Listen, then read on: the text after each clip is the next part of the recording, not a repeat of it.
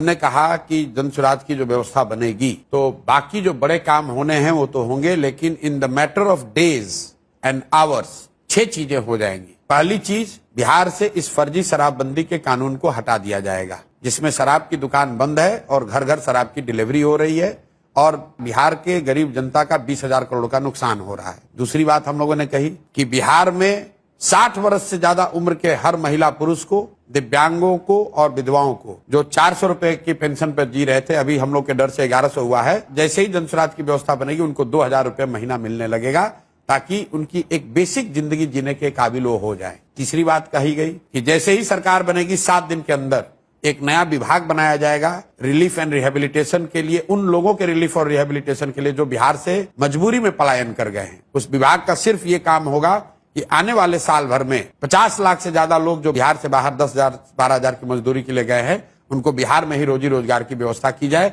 उनको बाहर न जाना पड़े। चौथा काम ये किया जाएगा, जिस गांव में भी सरकारी विद्यालय की हालत खराब है वहां गरीब लोगों को ये सुविधा दे दी जाएगी कि जब तक सरकारी विद्यालय आपका नहीं सुधरता है, आप अपने बच्चे को अपने इलाके के प्राइवेट स्कूल में भेजिए, उसका फीस सरकार भरेगी। पांचवा चीज ये किया जाएगा कि जो लोग भी खेती कर रहे हैं, जो लोग भी खाने वाली खेती से कमाने वाली खेती में मूव करेंगे, मतलब जो धान गेहूं ज्वार बाजरे की खेती को छोड़कर कैश क्रॉप की खेती में जाएंगे, उनको मनरेगा के तहत मजदूर मुफ्त कर दिए जाएंगे। और छठवीं और अंतिम बात, जितने भी लोग यहाँ पर रोजी रोजगार करना चाहते हैं, जो महिलाएं हैं, युवा हैं, उसको हम लोग भीख नहीं देना चाहते हैं। उसको ये कहते हैं कि आप कर्ज लीजिए, कर्ज पर आपको 10% 12% ब्याज नहीं लगेगा, 4% ब्याज लगेगा। 4% ब्याज पर आपको कर्ज मिल जाएगा, ताकि आप अपने घर में अपने पैर पर खड़े होइए, रोजी रोजगार कीजिए, ताकि आपको सरकारी नौकरियों का मुंह ना देखना पड़े, फैक्ट्री लगने का इंतजार ना करना पड़े।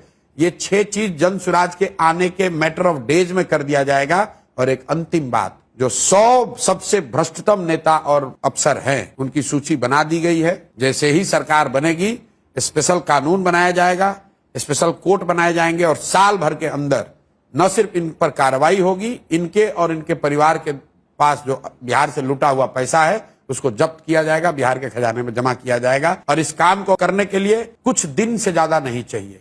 इसलिए मैंने कहा है, जन स्वराज की जब घोषणा पत्र आएगा उसमें लिखा होगा मैक्सिमम 100 दिन के अंदर ये 7 काम नहीं हम लोगों ने कंप्लीट किया तो 100 दिन के बाद इस सरकार को इस्तीफा दे देना होगा।